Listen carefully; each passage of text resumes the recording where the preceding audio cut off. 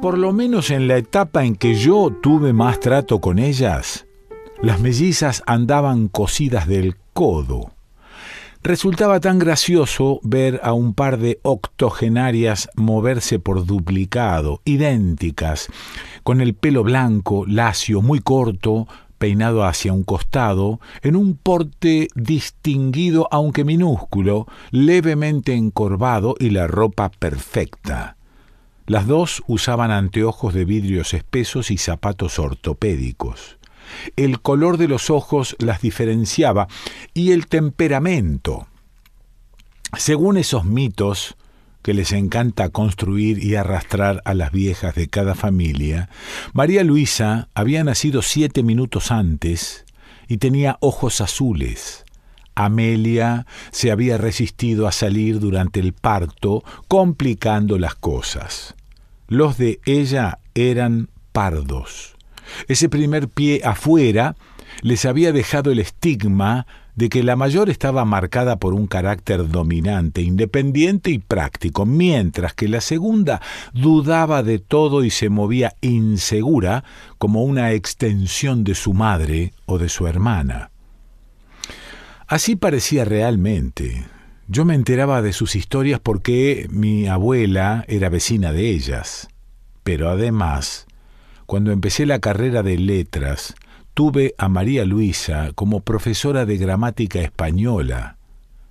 Aunque se había jubilado hacía ya unos 15 años, su cátedra seguía siendo de las más requeridas porque ella conservaba la naturalidad y la lucidez de los grandes maestros. Sabía expresarse con una oratoria maravillosa que nos mantenía imantados a pesar de lo árido de la materia, y el aula se llenaba en sus lecciones. Solo el rigor exagerado acerca de las normas del lenguaje la hacía un poco anacrónica. Seguía pensando el idioma desde su raíz latina y se remitía a la construcción gramatical del griego antiguo como modelo del mejor análisis sintáctico. Nos repetía de manera agobiante que consultáramos a diario el diccionario. Más de una vez, en los recreos del bar, llegamos a jurarnos que no tenía idea de que el mundo había sido colonizado por las computadoras y por Internet. Se despedía hasta la clase siguiente con un Dios mediante. Se colgaba la cartera al hombro, abrazaba sus papeles y se enganchaba del brazo de la hermana, que la acompañaba como una sombra o como un lazarillo a todas partes, salvo durante esos meses en que María Luisa vino sola y muy desmejorada. Mi abuela las conoció cuando ya rondaban los 70 años, pero le contaron ellas, o supo de alguna otra forma, que la profesora se casó joven y que con su marido formaban un buen matrimonio. Viajaron por el mundo, juntaron ahorros, trabajando sin descanso. A Amelia, en cambio, apenas se le conoció algún novio. Se resistió a vivir en una casa que no fuera la de su infancia y jamás se dedicó a nada distinto de las tareas domésticas. En el barrio se especuló con que le gustaban las mujeres, una atrocidad impronunciable en su tiempo. Por eso, se suponía, se encerraba como una monja de clausura, rendida al cuidado de sus padres, hasta que se la vio parar, tarde por medio, a conversar con el violinista, y las voces oscuras cambiaron el mensaje. Amelia Requena no era lesbiana, pero había perdido la cabeza por un indigente. Amelia nació y murió en la misma casa de Belgrano. También hizo ese recorrido María Luisa, que después de enviudar a los 50, vendió su departamento y se fue a vivir con su hermana. Cuando llegó la hora, enterraron a los padres y anidaron puertas adentro. Se volvieron más inseparables que antes. Con los años, parece que diseñaron un régimen de rutinas extraordinario. Yo creo que a mi abuela, como hija única, le daba un poco de envidia, porque hablaba demasiado de ellas, de la suerte de estar acompañadas, y conocía hasta el mínimo detalle de sus ocupaciones. María Luisa se bañaba primero, mientras Amelia preparaba el desayuno. Miraban las noticias frescas de la mañana para saber todo sobre el clima, los precios y el tráfico. Hacían las compras, almorzaban, dormían la siesta, merendaban. Desde la tardecita reordenaban la casa o escribían cartas, revisaban las cuentas, cenaban, leían, se acostaban en el mismo cuarto temprano.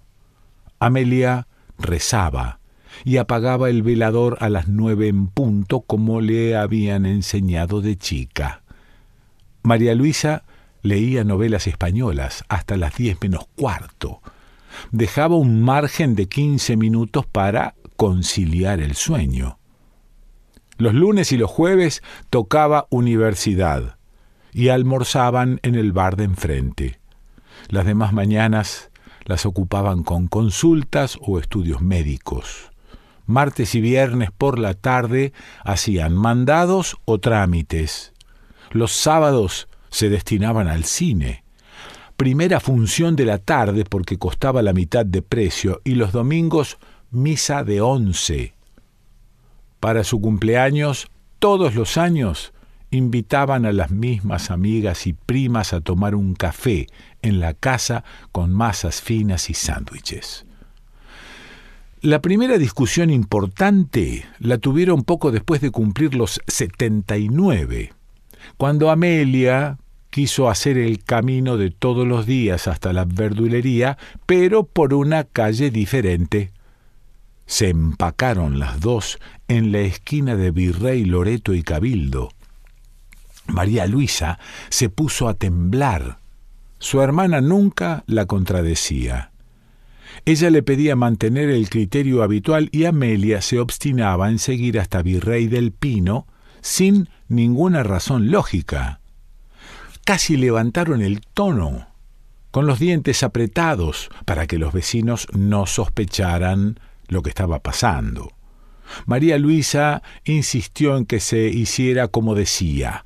Amelia respondió que no, con una convicción totalmente nueva, y se fue por donde ella quería.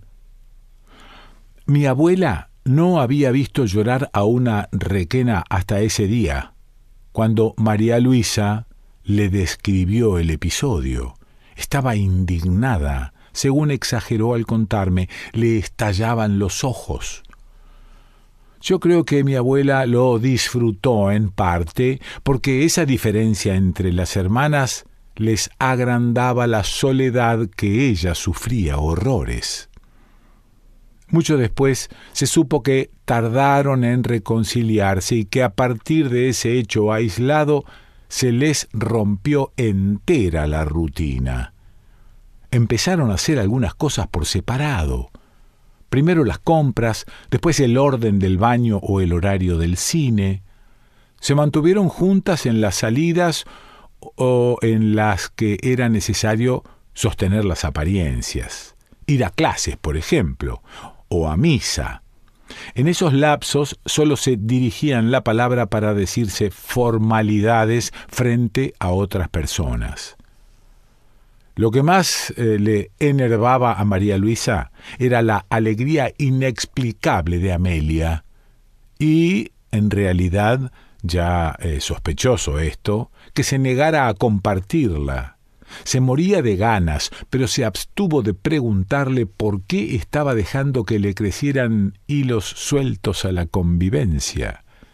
En particular, la enloquecía escucharla cantar mientras se duchaba, silbar cuando planchaba o hablar por teléfono excesivamente con alguna amiga. Verla mirando programas idiotas en la televisión, riéndose, con comentarios en voz alta dirigidos a nadie en particular.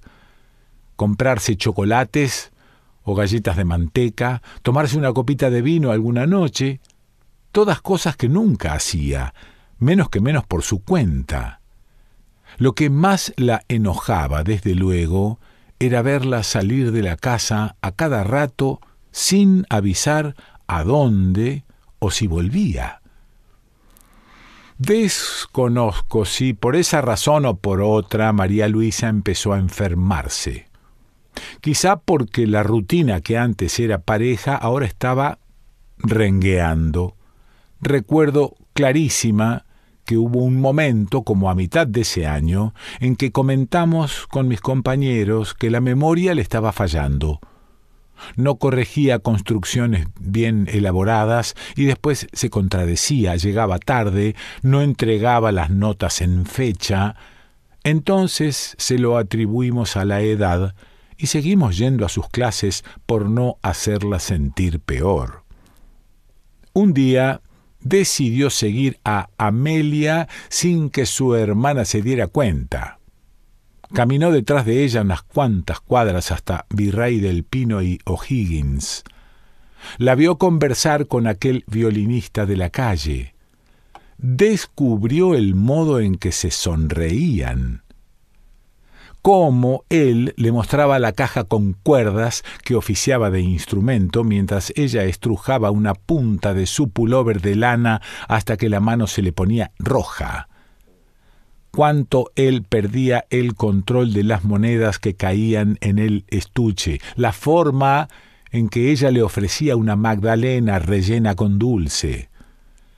Le resultó absurdo que una mujer educada como su hermana a sus años anduviera con un hombre así de descalabrado y sucio, desafinado y hasta un poco loco. Nadie sabía dónde vivía o pasaba las noches el músico. A pesar de lo mucho que le costaba sincerarse, se atrevió a aclarar los puntos con Amelia. Discutieron. María Luisa le dijo que no pensaba mantenerla para que ella anduviera dando vergüenza por el barrio como una pordiosera. Con un roñoso, con un vago. Se jugaba el honor de la familia.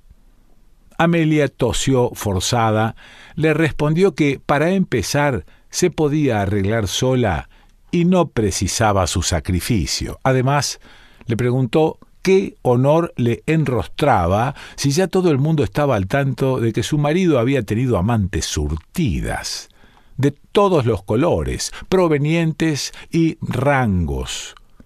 Había sido un adicto a los caballos y a la bebida. ¿De qué nobleza y de qué pilares estaba concretamente hablando? María Luisa se tapó la boca, escandalizada por el modo en que la trataba su hermana, y se mudó de cuarto. Reabrió la habitación intacta de los padres. Olía a museo, a naftalina y a lápida. Llevó el jarrón con las cenizas a un rincón del living. Aireó, cambió las sábanas, puso flores y trasladó sus cosas. La ropa, los libros de la cátedra, sus lápices negros con punta fina para el análisis sintáctico, la colección de gomas de borrar, los remedios para el asma, sus perfumes. Eso fue un domingo de octubre, justo cuando a nosotros nos alarmó que un lunes, para esas fechas, viniera sola a dar clases. No nos animamos a preguntarle por si acaso la hermana se hubiera muerto. Supimos que no, que estaba mal de salud pero a salvo, según explicó el portero de la facultad. Fue una versión de María Luisa para no hacer público el desastre con su melliza. Nos alivió enterarnos de que estaban bien, les teníamos cariño a las dos. Lo tremendo que debió ser para la profesora volver esa tarde a la casa y descubrir que la hermana también se había mudado, pero afuera. Era la primera vez en su historia octogenaria que Amelia ponía ropa en una valija y dormía en otra cama o en cualquier otro sitio que según le confesó alarmada María Luisa a mi abuela, se imaginaba como un cuarto con aspecto de caverna en un hotelucho cualquiera. Después hay un período del que no se sabe nada, por lo menos de Amelia. Pasó 6 meses en otra parte. El hombre del violín siguió rayando las calles con esa eufonía insoportable, transportado en un rictus como de ensueño, de compositor realizado. Incluso hay quienes comentan que en ese período se le notaba la expresión del enamorado, que solía afeitarse y perfumarse más seguido. Desde el día en que Amelia se fue, María Luisa empezó a pasar por esa esquina para ir a hacer los mandados. Veía al violinista de lejos. Alguna vez le pareció que él le hacía una reverencia, pero ella dio vuelta la cara. Nunca se hubiera rebajado a preguntarle por su hermana. Dicen también que Amelia volvió cuando cumplían 80, entró con su llave, arrastró la valija. Por un momento se hizo un silencio. Saludó a las amigas y primas que conversaban animadamente en el living, tomaban café y té con masas. Mi abuela estaba ahí esa tarde. La vio mirar la torta que tenía las 2 velas, sacarse el abrigo, cargar un plato de sándwiches en la cocina y repartirlo entre las invitadas. Nunca nadie preguntó, ni se supo dónde había estado o por qué volvía. Sin haberlo determinado, las mellizas Requena fueron retomando la vida cotidiana tal cual la habían dejado el día antes de aquella pelea inicial en la esquina, como si el tiempo no hubiera pasado, como si el amor no hubiera roto algo. Mariana Sández.